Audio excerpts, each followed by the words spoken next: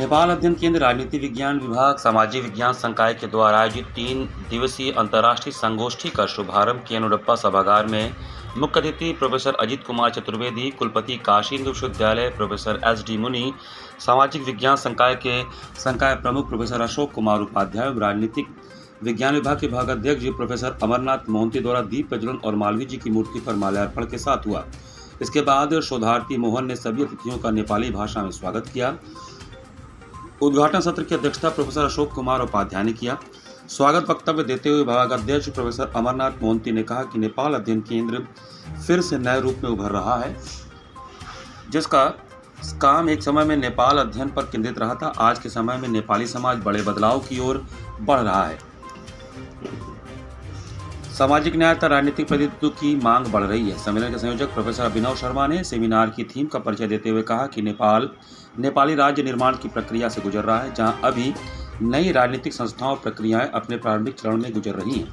नेपाल के राजनीतिक संक्रमण को समझने में आज का समय काफ़ी महत्वपूर्ण है। इसके साथ ही हमें यह भी समझने की जरूरत है कि दो बड़े देशों के बीच स्थित नेपाल का साउथ एशिया के लिए क्या महत्व है। अगली कड़ी में विशेष वक्तव्य देते हुए कुलपति प्रोफेसर अजित कुमार चतुर्वेदी ने इस बात को लेकर प्रसन्नता व्यक्त की कि नेपाल अध्ययन केंद्र अपने नए रूप में हमारे सामने फिर से आ रहा है। उन्होंने बताया कि बीएचयू और नेपाल का बहुत गहरा रिश्ता रहा है। इस रिश्ते में गहराई से संबंधित उन्होंने एक अनुभव भी साझा किया। उन्होंने इस बात पर जोर दिया कि लोकतंत्र हमारे लिए एक नई परिकल्पना रही है, लेकिन हमें आज ऐसे सेंटर बनाने की जरूरत है कि जहां लोकतंत्र और अन्य राजनीतिक विचारों पर अध्ययन किया जाए और हम वैश्विक अपेक्षाओं में कुछ योगदान दे सकें। हमें इस बारे में सोचना होगा। सत्र के मुख्य वक्ता प्रोफेसर एस.डी. मुनि ने बीज वक्तव्य देते हुए कहा कि बनारस और बीएचयू ने नेपाल में लोकतंत्र की लड़ाई में महत्वपूर्ण योगदान दिया है। उन्होंने नेपाल और नेपाल अध्ययन के प्रति अपने लगाव को व्यक्त करते हुए कहा कि नेपाल अध्ययन उनका पहला प्यार है। उन्होंने लोकतंत्र के 3 आयाम प्रस्तुत किए।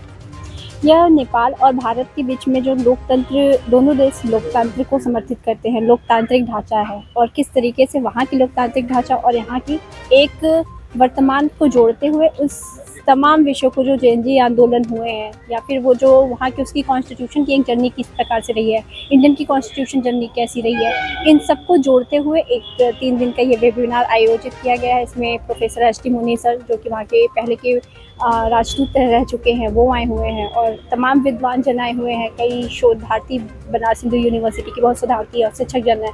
तो हम सब मिलकर ये 3 दिनों का कार्यक्रम कर रहे हैं। इस सम्मेलन से भारत और नेपाल में जो कितनी मजबूतियाँ बढ़ेंगी? मजबूती प्रत्यक्ष रूप से अगर हम कहें तो शायद हम तो तुरंत देखने को ना मिले, पर इसके दूरगामी असर जरूर रहेंगे, क्योंकि अगर इस तरीके की चर्चा होंगी तो यह समझ में आएगा कि यहाँ के लोग भी नेपाल के बारे में या नेपाल की चीज़ों के, वहाँ के संवैधानिक ढांचे के बारे में क्या सोच रहे हैं, क्या समझ रहे हैं। तो ये सारी चीज़ों को समझने में एक दूरगामी परिणाम है, जो कि आने वाले जो नए विद्यार्थी रहेंगे, जो नए शोधार्थी रहेंगे, उनको नए विषय मिलेंगे जिससे शोध करके और गहराई से इस विषय को समझने में उन्हें सहायता मिलेगी।